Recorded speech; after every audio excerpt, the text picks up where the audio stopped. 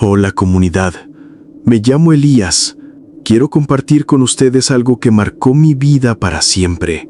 Mi tía siempre fue un enigma, un ser de piel de pergamino y ojos que parecían haber visto la historia del mundo. Su vida, un ritual de rutinas y un silencio que pesaba. Y en el centro de su jardín, como un monolito solitario, estaba el pozo. Un pozo seco, me dijo, desde hacía décadas, pero que no había dejado de estar vivo. Esa palabra me heló la sangre. ¿Cómo podía un agujero de tierra respirar? Pasé el verano con ella, y el aire del campo, en lugar de purificarme, se sentía pesado, se aferraba a la piel, se metía en los huesos. La primera noche lo escuché. Un gemido, un quejido agudo y desesperado que venía de la oscuridad. Mi corazón se detuvo. Mi tía, sentada en su mecedora, ni siquiera se movió. «Es el pozo», susurró. Su voz era un hilo frágil. Siempre grita, no es nada. Le pregunté qué era lo que gritaba. Me dijo que a veces era un lamento, pero que de cerca era otra cosa. Mi tía cerró los ojos y no respondió más. El miedo, sin embargo, se había instalado en mi pecho, frío y pesado. No era un miedo de niño. Era un miedo que se metía en los huesos, que te hacía dudar de tu propia cordura. Esa noche, los gritos se detuvieron, pero mi mente no. La imagen de mi tía en la mecedora, su voz extraña, sus ojos vacíos, se me quedó grabada. Los días se convirtieron en semanas. Los gritos se hicieron parte del paisaje sonoro de la casa. Un sonido tan natural como el canto de los pájaros o el crujido de la madera.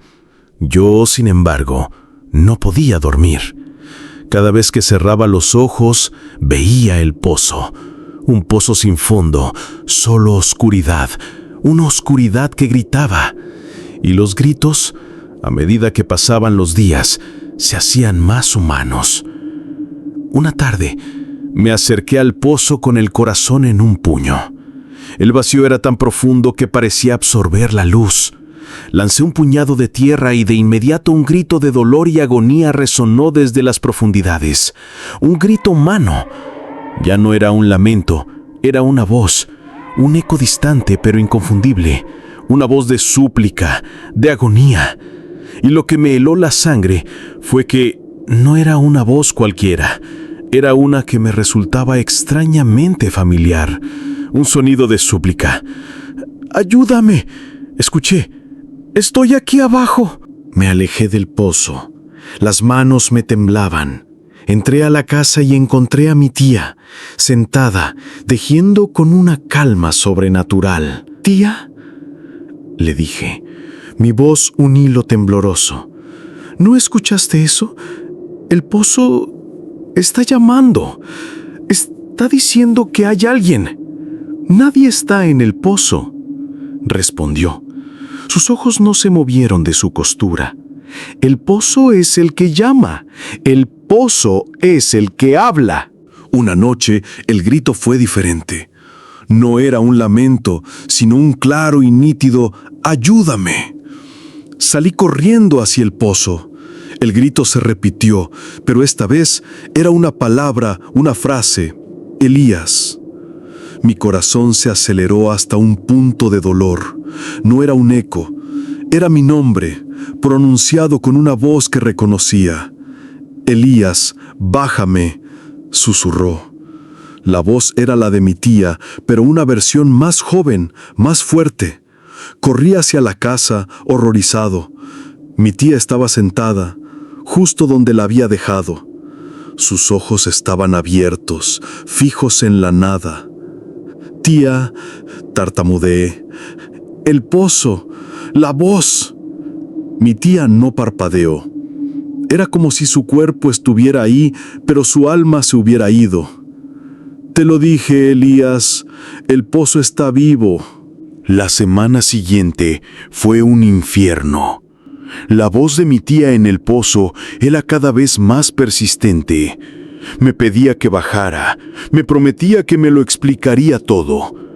A veces me maldecía, me llamaba cobarde. Y mi tía, la que estaba en la mecedora, se volvía cada vez más catatónica. Lo que me hizo caer, lo que me hizo perder el control, fue que el pozo no siempre gritaba. A veces la voz era suave, casi un susurro. «Lo hice por ti», decía, «para que no tuvieras que pasar por esto». La curiosidad se apoderó de mí, una curiosidad insana, una necesidad de saber. Me prometí que bajaría. Fui al sótano, cogí una cuerda y un farol. Mi tía no me vio salir. Parecía dormida, con la cabeza inclinada hacia el hombro. Bajé por los ladrillos húmedos, con el olor a tierra mojada y a algo más, un olor a putrefacción. Bajaba y bajaba y bajaba. Sentí que había pasado una eternidad. No había tocado fondo. La cuerda se acabó. Abajo se veía algo, un reflejo. No era agua, era un espejo tan brillante, tan pulido que parecía un portal. Mi propio rostro, pálido y demacrado, me miró desde las profundidades, pero mi reflejo no se movió con mi cara. El reflejo parpadeó, sonrió. «Sabía que vendrías», susurró. El reflejo de mi cara en el espejo habló. Su voz era la mía, pero no era la voz de ahora. Era la voz que gritaba desde las profundidades. «Lo lograste». El reflejo se deformó, la piel se arrugó, el pelo se volvió blanco. La cara de mi tía, la que había estado en la mecedora, me miró desde el espejo. «Lo hicimos, Elías. Ahora soy libre». Me arrastré fuera de la oscuridad. Mi tía no estaba gritando, estaba atrapada. Había sido ella todo el tiempo. Ella era el pozo. El reflejo de mi tía en el espejo se disolvió y un nuevo rostro se formó. Uno más joven. El rostro de mi madre. Y un grito que me hizo temblar. El grito de mi madre. Mi tía, ahora sin vida, había dejado de temblar. El pozo no estaba vivo, era un recipiente. Y no estaba lleno de lamentos, estaba lleno de almas. Almas que se reemplazaban unas a otras en un ciclo eterno. Mi tía me entregó la carga. Y yo, sin saberlo, la había aceptado. Ahora era mi turno de esperar. Esperar a que alguien viniera y se sentara en mi lugar en la mecedora mientras yo gritaba desde el pozo. Mi cara en el espejo de las profundidades esperando. Mi voz un lamento, una súplica, una advertencia, un grito.